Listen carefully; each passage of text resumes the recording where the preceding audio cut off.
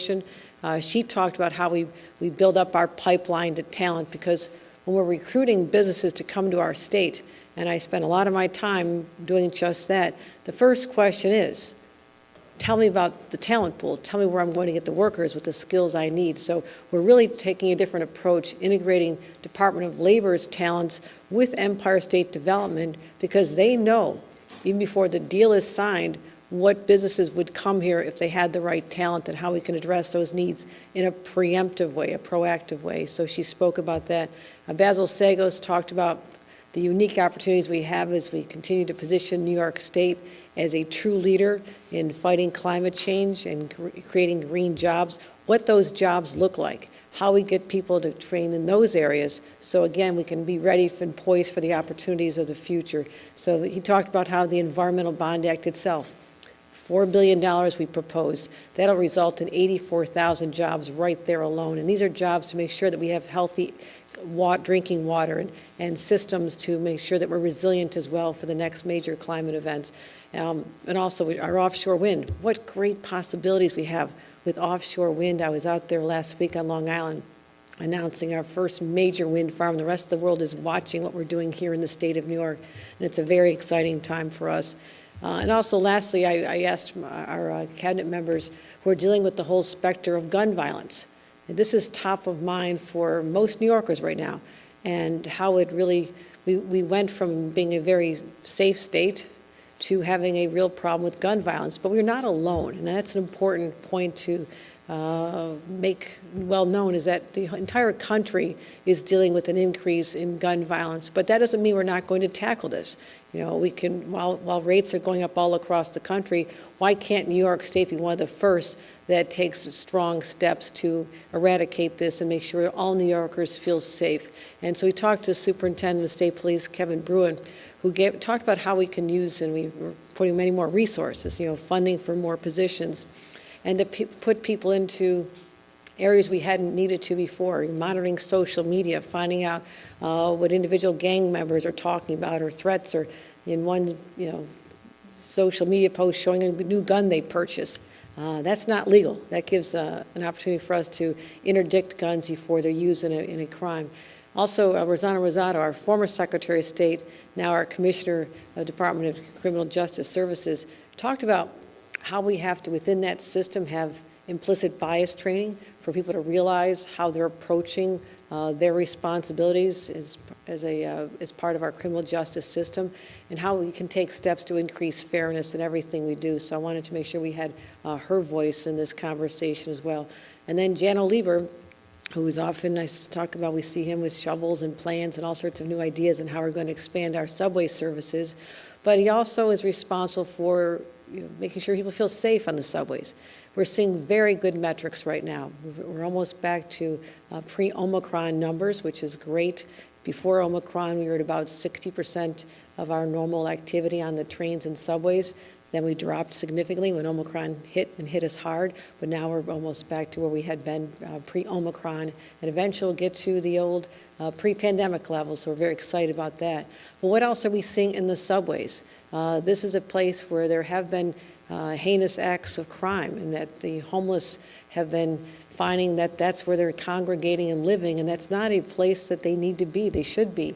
They need to get services. They need direct interventions. So we talked about how we're going to have teams. We announced this with Mayor Adams last month, and we had to put out RFPs and get the people hired to get them out there. And we'll be out there very shortly talking about exactly what they're doing and their responsibility to make sure that anyone who takes the subway feels very safe and secure. These are all elements toward our comeback. Getting people back to their jobs, making people feel safe in the streets, feeling safe in our public transportation, and making sure that there are jobs for them to come to. So this is a very thoughtful conversation. I'm proud of everybody, and it's a dynamic team. These are the most dedicated public servants ever congregated in one administration, and we worked very hard to make sure that we had diversity and representation from all voices, all walks of life, and all racial and ethnic communities, and I'm proud of that. And I was very proud to see all of them in person for the first time as their governor. So before we take questions, I do want to talk for a couple minutes about where we are with COVID, since we're making great progress. How about this? We are at pre-surge levels. Our average cases are now, average case indicators are now at pre-surge levels, the lowest since October 25th. You saw our spike January 7th with 90,132 cases. That is a 97% drop just since January 7th. This is only February. I mean, that is an amazing drop. I don't think we could have foreseen that. We prayed for it. We hoped it would happen, and it actually did happen. So to everybody who followed our guidelines, the businesses who complied with what we asked them to do, the people who got vaccinated and got boosted, and people who wore their mask when the numbers were that dangerously high, we now have the lowest case rate of any major state, any large state in America. So that's something that didn't happen because we wanted to. That was as a direct result of strategic policies that we've been announcing throughout the fall and continuing with our winter surge plans. So we're also #1 in large states in terms of testing. We're proud of that, and we're continuing to distribute over 34 million test kits already out there, and we're going to have 92 million in the hands of our New Yorkers in the next few weeks. So 7-day average is down, our positivity rate 3.27, and our peak was at 23%. Hospitalizations, look at that, 72% drop in hospitalizations over the last month. That is such a relief for all the healthcare workers who've just been working so hard, showing up day after day, absolutely exhausted. I could see it in their eyes, and they still showed up. And so we're still so proud of everything they've done for nearly 2 years now. But this is also good news for all of them and for the people, despite the fact that we're seeing decrease in hospitalization. We still lost 66 New Yorkers yesterday, and we look forward to the day when that is a 0 in front of that indicator. That'll mean we've really come out of this. So major progress here. I just want everybody to see that hospitalizations are down, not just statewide, but across all regions. You saw a little while ago, we saw the decrease in the major areas like in downstate, but upstate was still trending upwards when it came to hospitalizations, and now every part of our state, all 10 regions are finally going down, and new COVID admissions are down as well. So making great progress. You can see what we're doing here. Western New York down 21%, North Country down 27%. Our hospitalizations are declining. Also, we had a number of hospitals who are on our executive order list. These are people, entities who had to suspend their elective surgeries because they didn't have enough capacity. Remember, we talked about any hospital that falls below 10%, we need to make sure that they are ready to be able to take any influx of patients. And we did see a huge influx of patients just in the short time from the end of November to the end of December. And part of our preparation was to say suspend elective surgeries, make sure you have the capacity to handle it, and that's exactly what happened. So now we went from 23 recently to having only 5, and they're all concentrated in the Finger Lakes. We're working closely with those hospital systems. Vaccinations. We're making progress. Our 5 to 11-year-olds have gone up dramatically. We can do better, but look at that. That is a great trend, nice trend line there. And we are #1. Again, I love looking at New York State being #1 among large states in several metrics. One is with the total population with at least 1 dose. We are #1 among large states with the age 18 up and up fully vaccinated, as well as 12 to 17 fully vaccinated. So we're excited about this. These are good numbers. We're heading into the midwinter break for students, and we've already sent out over 5 million test kits for the students. So parents know that when their kids come home for that break, they have a test kit, test them the Monday before they head back to school, make sure they're negative, test again in a couple days, and then, as I mentioned, we'll be having to take a look at that Friday, March 4th, on what the numbers are, looking at all the variables I've already outlined, so we're really excited about that. We're also continuing to focus on vaccinations for kids with 29 new pop-up sites, adding up to over 222 pop-up vaccination sites. So also making sure that we have treatments available to us. I was just on a White House call a couple hours ago and talking about how we're going to be very aggressive in the distribution of this at the federal level, but certainly when the federal supply is allocated, that we're very early in line in terms of getting these doses of antiviral and monoclonal antibody treatments, making sure that if someone does get sick, that they contact their healthcare provider, particularly if they're over 65, that they're a little more vulnerable. We want to make sure they are safe. So that is the good news. New Yorkers, you have a dynamic, incredible cabinet, which we just heard from. We also have some very promising numbers on COVID. So we are in a good place today. Karen? I wanted to ask you about the Democratic convention that's coming up a little later this week. You seem to be in a good position. You're far ahead of your challengers. Wondering if you feel like there's things you need to do, or are you going to relax, enjoy the ride? What your thoughts are going in? Karen, I'm a Buffalo Bills fan.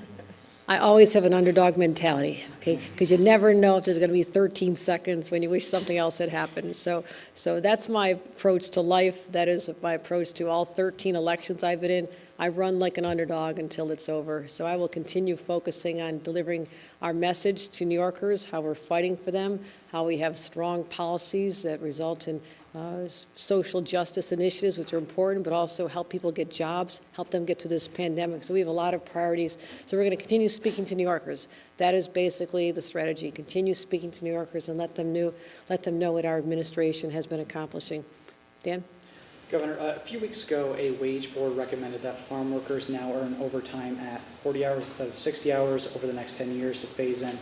I'm wondering if you're going to accept that recommendation, and the Commissioner of Labor is here too, if you want to answer as well. We still have time to have that under consideration. Again, the way I operate, I solicit opinions. I want to hear from a lot of voices.